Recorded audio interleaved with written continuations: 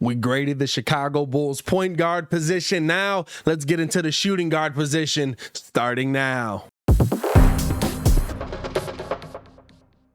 Now, if you are new to the channel, please like the video. Please subscribe to the page. We do talk Chicago sports daily.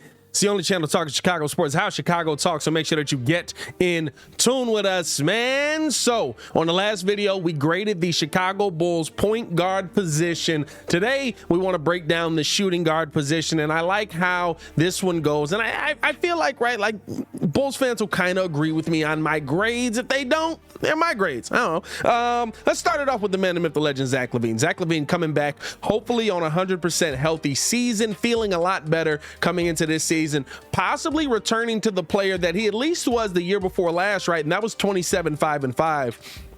But maybe even having the opportunity to do more based on kind of how the take file is and based on a lot of different things, and having a team around him, right, that's a little bit more talented. You got to think, when we saw Zach Levine playing his best basketball, he was 100% healthy at the beginning of this season with Lonzo Ball being there with him. And when you looked at the breakdown, right, Zach Levine and DeMar DeRozan were two of the best players in the NBA and were the most dominant duo in the NBA for a little while in fourth quarter scoring, and they were one of the highest scoring duos in the league. And so you expect kind of a little bit of that to come back on Zach Levine, and maybe even a little bit more this season with different rules coming in with the take fouls and things like that, right? I think Zach Levine can up his scoring again. Even injured, Zach Levine was a top 12 scorer in the NBA. And so 100% healthy Zach with a better team around him. What does that mean he can do? What is he going to be able to do? How much is he going to up his numbers? I think Zach Levine is an A-level player. And so I'm giving Zach Levine a 90% A on this. Now, A+, right? I think he definitely can get to that level, but I think we're reserving that for kind of like the superstars on this mug. Yeah, I mean, I don't know, or at least somebody where I can't dispute anything, right? But the biggest thing I want to see Zach Levine kind of improve with is the defense. I think he's a better defender than we saw last year, and I think he's starting to get that in his game and add that into his game, being more of a two-way player kind of. But there's still a long way to go with him on that. But I think when he is healthy, he does do a good job staying in front of his man. He was the guy that hey, listen, he took on the mantle of, I'm going to be the guy that's going to clamp down the best player at the end of games at times last year, especially in like that Washington game early versus Beal and that Boston game real early, right? Like, he was the guy that said, I'm gonna be the one to step up. And so for me, Zach Levine starts this thing off right for the shooting guards with an A. I do want to know how you guys feel on all these grades, man. Let me know in the comments below. I'll be down there talking with you as well. Appreciate you guys for showing love. Let's move on over to the man, the myth, the legend, Alex Caruso. Now, I know a lot of people were asking me, right, like, why are you putting Caruso here with the twos?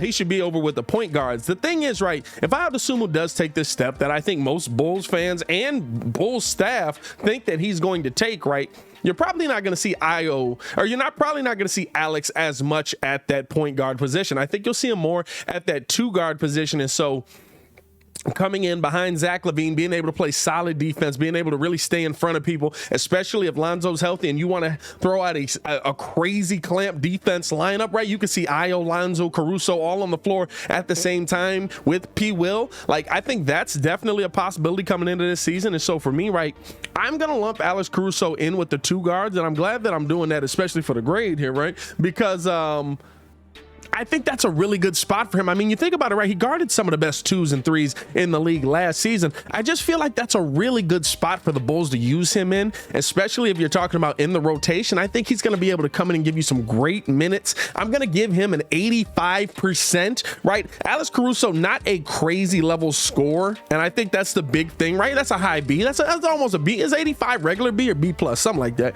But I think, right, like, Alex Caruso, when you look at him, what he can do defensively, what he can bring to this court as far as IQ, ball vision, court vision, all of that stuff, right? Like, I love that. And I love that we've got that grit and grind guy that's going to be able to do the dirty work, right? Now, I don't think that he's the guy that comes in and he's like the tough guy, the bolstering, like, hey, we're not getting pushed around, all of that, right? But I love that Caruso comes in and he's just willing to do whatever it takes to get this team a win. You saw that in the playoffs last year, especially game one. Remember, right?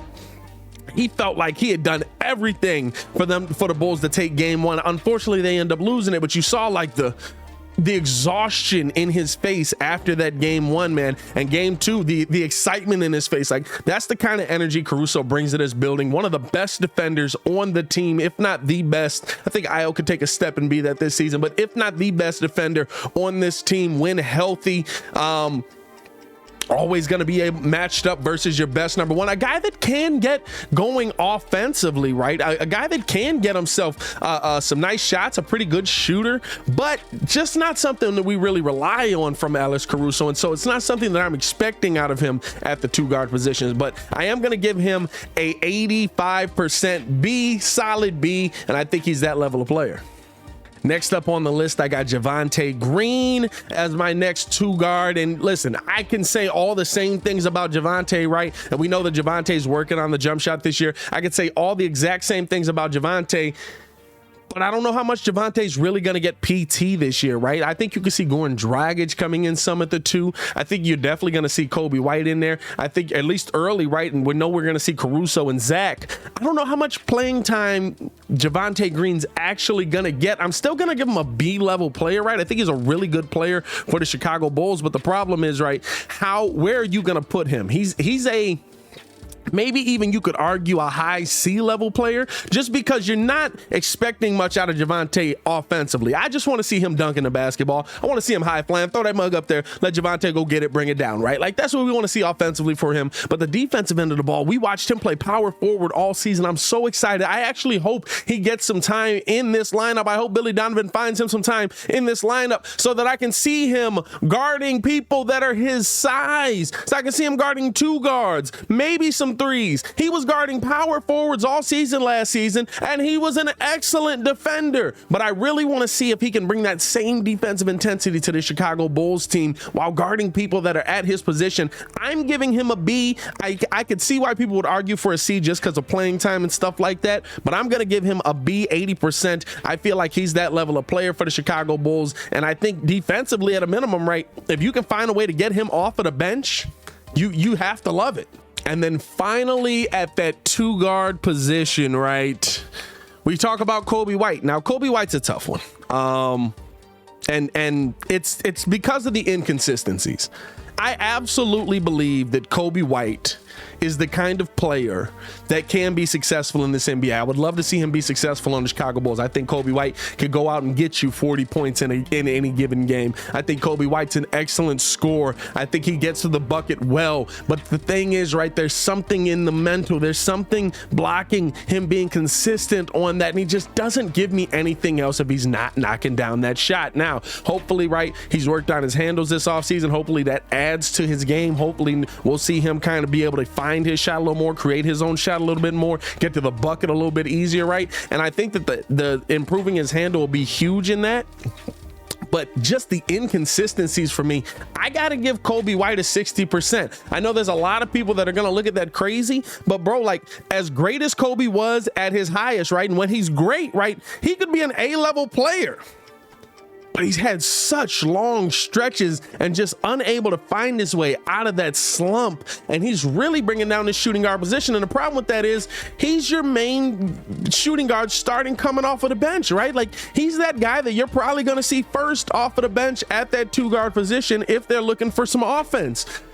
It pains me to say that about Kobe White, but he just hasn't been consistent. I think all of the intangibles, all of the talent is in there, but he's got to find that. And listen, coming into this season, he might absolutely be able to find that, just having another year being comfortable in that role coming off of the bench and being comfortable being that two guard off of the bench consistently, right? Billy Donovan even talked about that. He said, listen, he got dealt a raw hand, right? We asked him to be the point. We asked him to be the two. We asked him to be the two off the bench, starting point off of the bench. He played some three, right? Like, he got dealt a lot of different hands there, but unfortunately, right, when injuries come into play, that's what I need my backup two guard to do. Those are positions as a backup two guard that you're going to be in. And I don't think that changes coming into this season, right? Like, what, just because Kobe White's not comfortable doing anything else, if I'm missing a point guard, I'm missing a 2 guard, and I'm missing my point guard off of the bench, Kobe White can't slide over,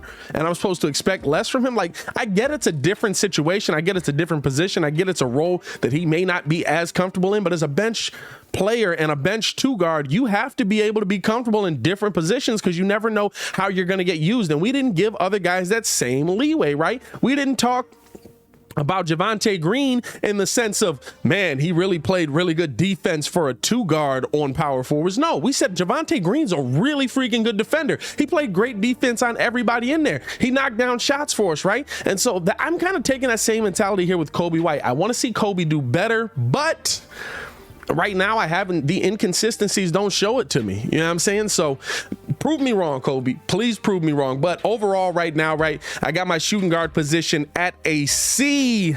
But right now I've got my 2 guard position rounding out at a 78%, high C, close to a B, which I think is facts, right? It's kind of a top heavy position for us right now.